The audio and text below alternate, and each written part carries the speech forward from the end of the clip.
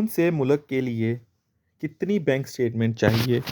ये सवाल हर किसी बैरून मुल्क जाने वालों के ज़हन में आता है, चाहे वो चाइना, यूरोप, कनाडा या यूएसए हो। स्टेटमेंट कितनी होनी चाहिए? क्लोजिंग बैलेंस कितना होना चाहिए? जानते हैं इस वीडियो में। लेकिन उससे पहले अगर आप मेरे चैनल पे नए हैं तो मेरे चैनल को सब्सक्राइब कर दें। बैंक स्टेटमेंट बहुत ही इम्पोर्टेंट है किसी भी मुल्क जाने के लिए, लेकिन सिचुएशनल, आइदर आप सैलरी पर्सन हैं या बिजनेसमैन, तो किस तरीके से आपने अकाउंट ओपन करना है। अगर आप एक सैलरी पर्सन हैं तो आपके पास दो अकाउंट होने चाहिए, एक में आपकी सैलरी और दूसरा जिसमें आप पर्सनल सेविंग करते हों। और अगर आप एक बिजनेसमैन हैं तो उसके लिए भी आपके पास एक तो बिजनेस अकाउंट होना चाहिए जिससे आप बिजनेस ट्रांजैक्शंस कर रहे हैं, और दूसरा एक आपके पास पर्सनल सेविंग अकाउंट होना चाहिए जिसमें आप सेविंग्स करते हैं। आपको बताता हूँ आपने बिजनेस अकाउंट कैसे मेंटेन करना है। बिजनेस की सारी जो ट्रांजैक्शन हैं आपने बिजनेस अकाउंट से करनी है, पर्सनल अकाउंट से नहीं करनी। कोई भी क्रेडिट और डेबिट सब आपने बिजनेस अकाउंट से करने हैं। जहाँ तक बात रही बिजनेस अकाउंट के बैलेंस की, वो मैटर नहीं करता, क्योंकि अक्सर बिजनेस की जो इन आउट की ट्रांजैक्शन काफ़ी बड़ी होती है। अगर आपके पास क्लोजिंग बैलेंस है तो बहुत ही अच्छी बात है, अगर नहीं फिर भी इट डज़न्ट मैटर।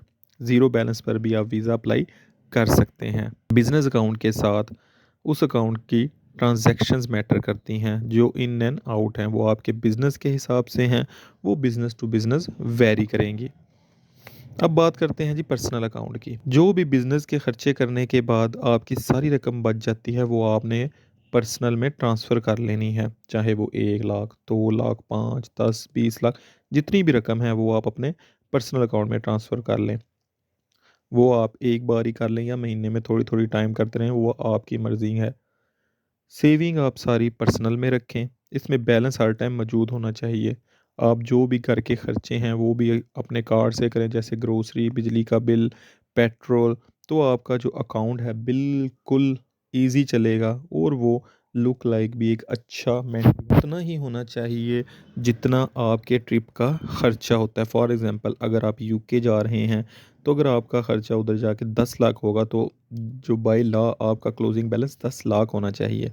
लेकिन जो ये साउथ ईस्ट कंट्री है जैसे कि पाकिस्तान, इंडिया, बांग्लादेश, श्रीलंका वगैरह, इसमें ये चीज़ें मैटर नहीं करती। सबसे पहले जो वीज़ा देने वाला है वो आपकी ट्रैवल हिस्ट्री भी चेक करता है कि आप कौन से मुल्क से अप्लाई कर रहे हैं और किधर का अप्लाई कर रहे हैं। फॉर एग्ज़ाम्पल अगर आप ऑस्ट्रेलिया का अप्लाई कर रहे हैं लेकिन उससे पहले आपने और भी दुनिया घूमी है, जैसे कि यूएस गए हैं, जापान, चाइना या यूरोप कहीं ट्रैवल कर चुके हैं, तो अगर आप ऑस्ट्रेलिया का वीज़ा अप्लाई करेंगे, अगर आपका बैलेंस 10 लाख या 15 लाख है तो इसके ऊपर भी आपका जो वीज़ा है लगने के चांसेस ज़्यादा हैं। क्यों? जो वीज़ा देगा वो देखेगा कि आपने ऑस्ट्रेलिया आने से पहले काफ़ी मुल्क घूम चुके हैं, तो आपका जो बैलेंस भी मैटर नहीं कर देगा, वो आपको वीज़ा मिलने के चांसेस भी अच्छे हो जाएँगे। टाइम ट्रैवलर हैं, तो जब भी आप किसी कंट्री का वीज़ा अप्लाई करते हैं तो ये चीज़ मैटर करती है कि आपका बैलेंस कितना है।